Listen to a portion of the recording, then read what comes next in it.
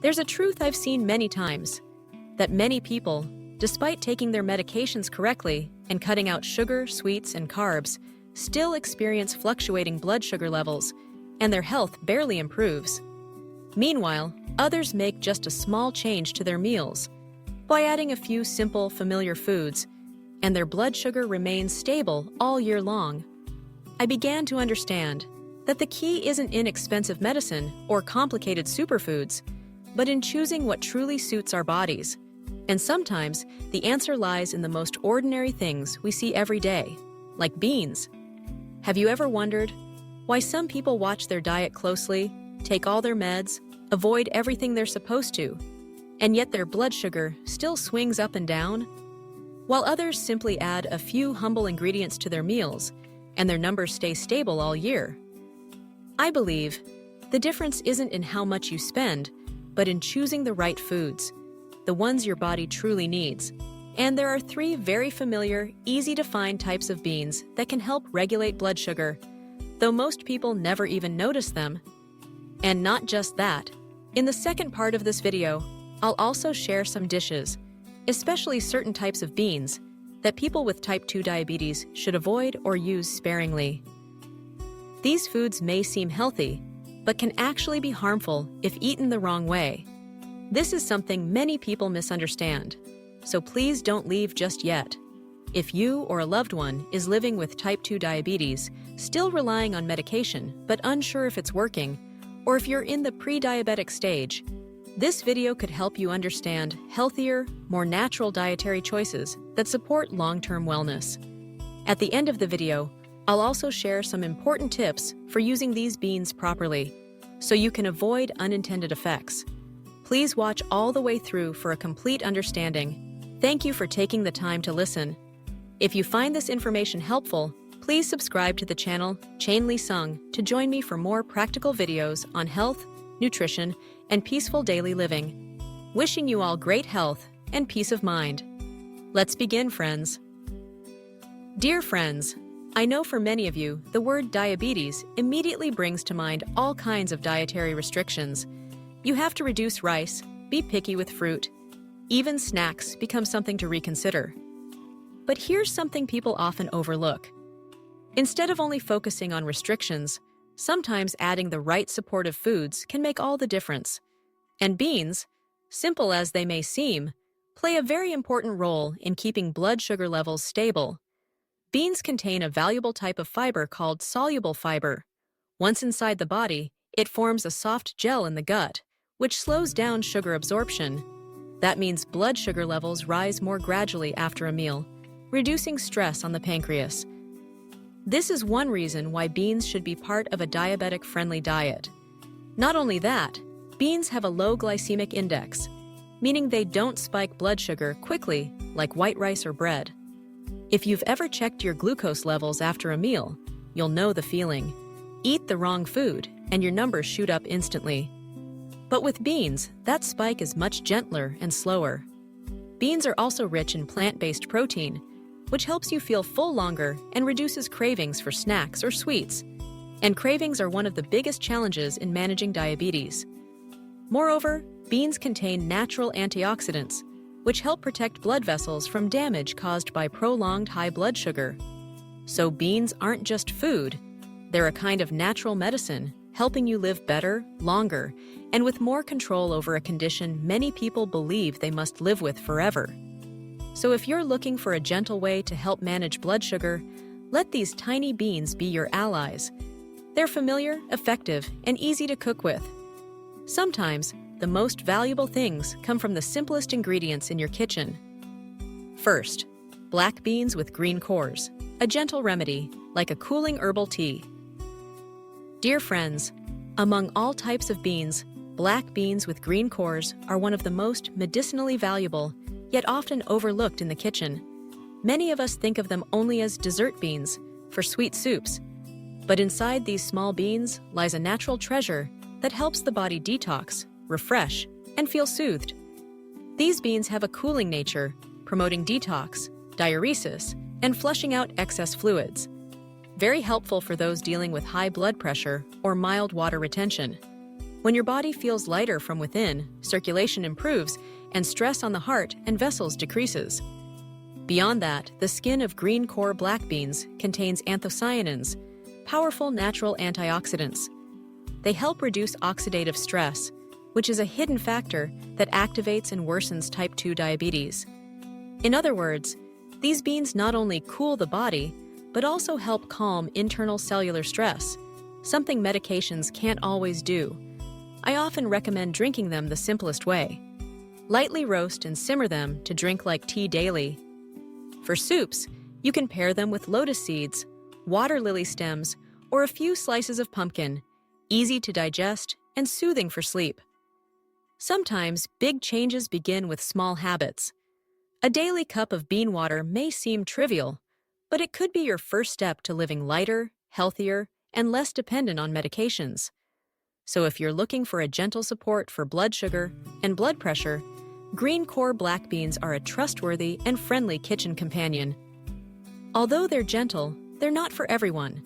If you have type 2 diabetes, high blood pressure, frequent internal heat, constipation, low urine output, or poor sleep, these beans should be a regular part of your diet. They help cool the body, support circulation, and gently reduce blood sugar spikes after meals. But if you have digestive issues, cold stomach, diarrhea, indigestion, or bloating, use with caution. Their cooling nature may disrupt digestion if your gut is weak. For those with low vitality, just recovered from illness, or elderly folks with cold limbs, I recommend using them in small, warm portions at the right time, or consult a doctor before regular use. Also remember, even good beans can cause problems if misused, like drinking too much bean water or eating undercooked beans. The key is knowing your own constitution. Listen to your body after a few tries, and you'll know if green core black beans truly suit you. Second, mung beans, cooling the liver, easy digestion, gentle blood sugar control. Mung beans have a cooling nature that helps detoxify the body and cool the liver, and the liver plays a major role in glucose metabolism. If your liver is weak, your post-meal glucose can spike. But when the liver works well, glucose is processed more smoothly, and your blood sugar stays stable. That's why cooling the liver with natural foods like mung beans is an indirect yet effective way to support type 2 diabetes management. They also contain a good amount of soluble fiber, which slows the absorption of glucose from the gut into the bloodstream, resulting in a steady post-meal blood sugar rise instead of a sharp spike. This fiber also supports the growth of beneficial gut bacteria, improving digestion and energy metabolism.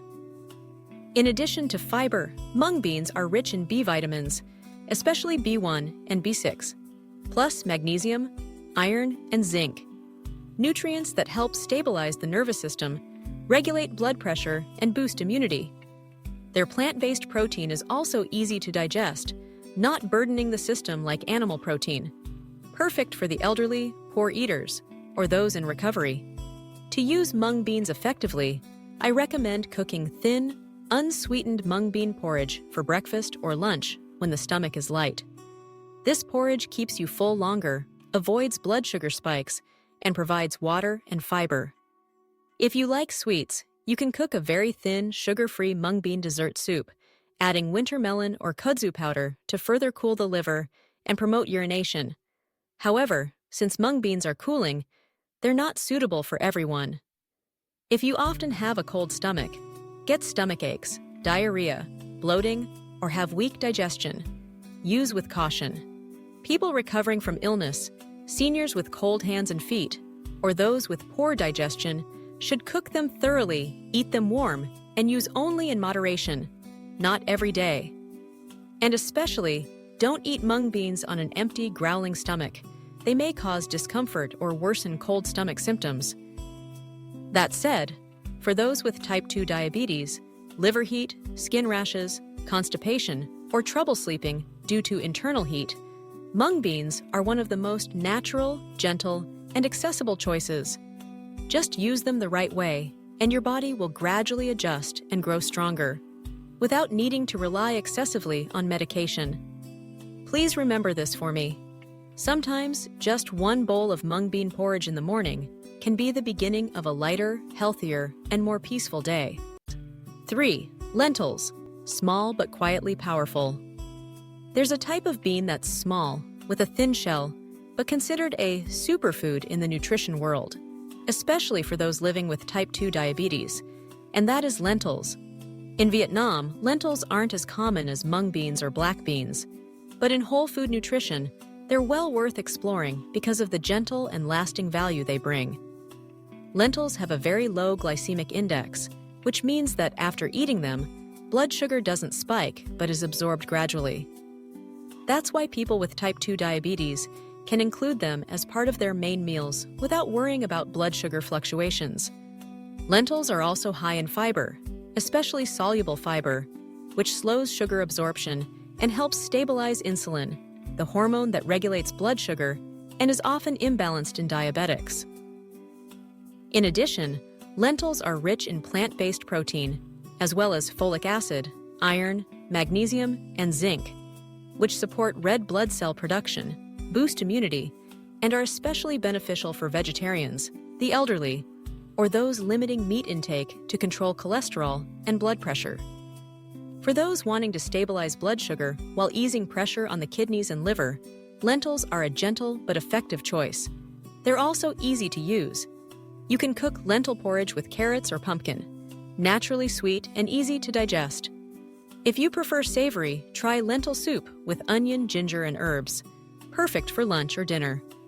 Just make sure to soak them for at least 2 to 4 hours before cooking, because even with thin skins, lentils still contain anti-nutrients that may cause bloating or indigestion if not prepared properly. For those with diarrhea, bloating, cold stomach, or unstable digestion, it's best to temporarily avoid lentils or use very small portions with warming ginger to avoid stomach discomfort. People with weak digestion should use thinner porridge, cook it well, and eat slowly so the body can gradually adapt.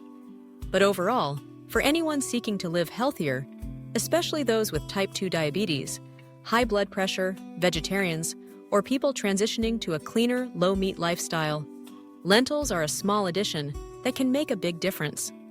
A warm bowl of lentil porridge at lunchtime might just be the gentlest gift you can give your body after many years of living in a rush. Dear friends, I've just shared with you 3 types of beans that are great for people with type 2 diabetes: black beans with green cores, mung beans, and lentils, each with their own unique benefits. If used correctly, they can gently help stabilize blood sugar levels. But with that, I also want to highlight something important. Not all beans are suitable for diabetics, and not every dish that seems healthy is truly right for a body struggling with metabolic disorders. Some beans, though familiar, contain rapid digesting starches, which can cause sudden blood sugar spikes after meals. And some dishes, though they look simple, may accidentally become a burden on the pancreas and liver depending on how they're cooked. If we don't pay attention, even a vegetarian or clean diet might still make blood sugar hard to control. So in the next part, I'd like to share a few types of beans, dishes, and habits that people with type 2 diabetes should limit or avoid altogether to prevent erratic sugar swings. And I believe that just understanding these simple principles will help you make better, gentler food choices every day. Dear friends, when we think of beans, we often think of them as healthy. But for those living with type 2 diabetes, even beans need to be carefully chosen. Some types of beans are high in starch but low in fiber, and eating them can spike blood sugar levels, especially when consumed the wrong way or in large quantities. A common example is red beans and white beans. Though nutritious, they are high in starch and have a moderate to high glycemic index, GI. If you use red beans to make sweet desserts or cook them with coconut milk and sugar, they won't help control blood sugar. Instead, they'll make the pancreas work harder to process the sugar spike. Another thing to watch out for: roasted soybeans or salted peanuts. For healthy individuals, moderate amounts are fine, but for diabetics, fried soybeans or salted peanuts are often high in saturated fat and sodium, which can disrupt lipid metabolism, raise cholesterol, and put stress on the liver and kidneys. Especially when eaten at night, these foods can cause poor sleep, bloating, and indigestion. Also, a very common mistake is drinking bottled soy milk from the supermarket. Many types labeled unsweetened actually contain artificial sweeteners or flavorings, leading people to mistakenly drink them daily. The result? Blood sugar rises without any clear cause. So if you enjoy soy milk, it's best to make it at home. Avoid adding sugar and drink it while it's still warm. Just a small cup per serving, and don't pair it with sweets or sticky rice desserts. Lastly, avoid combining beans with fast-absorbing carbs like white rice, vermicelli, glass noodles, or white bread. These combinations can raise blood sugar quickly and harm those with impaired glucose metabolism. I'm not telling you to completely eliminate these foods, only to understand your body, so that every meal is one that your body can gently receive, not silently struggle with.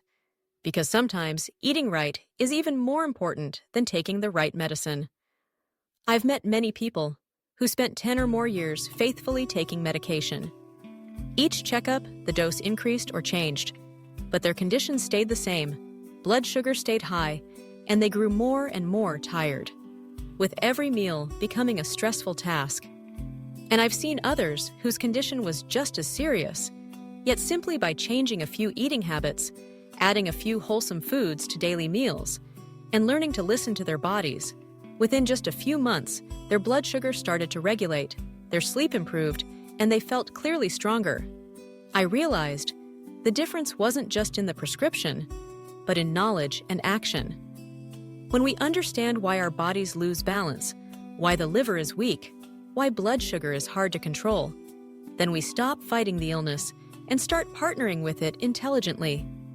Food isn't a replacement for medicine, but often it's by eating right that we reduce or even avoid long-term medication use. The biggest regret isn't getting sick, it's realizing too late, after complications have already begun, that we could have lived differently if we had cared earlier. So if you're still here, watching this video, I truly believe that your awareness today is the first step toward a healthier life ahead. If you find this video helpful, please don't hesitate to share it with family and friends, especially those living with type 2 diabetes, confused by fluctuating blood sugar, or stressed about the many restrictions of every meal. Because sometimes, one timely piece of advice, one small video, can open the door to a completely new lifestyle, helping you live well without depending so heavily on medication. Don't forget to subscribe to the channel Chanli Song, so we can continue meeting in future videos, where I'll keep sharing how to eat clean, live mindfully, and make each day meaningful and peaceful. Thank you so much for listening. I wish you great health and inner peace every day.